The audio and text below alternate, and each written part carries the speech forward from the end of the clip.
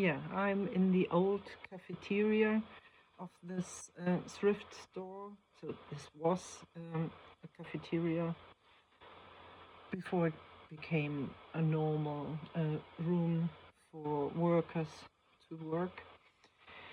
And yes, I finally made a weekly list with all my to-dos. Not all, but those that are not project tasks. Because this planner I use for my daily, weekly and monthly tasks. And the other one for the project tasks. And it's actually very good that I'm here because I can do a lot.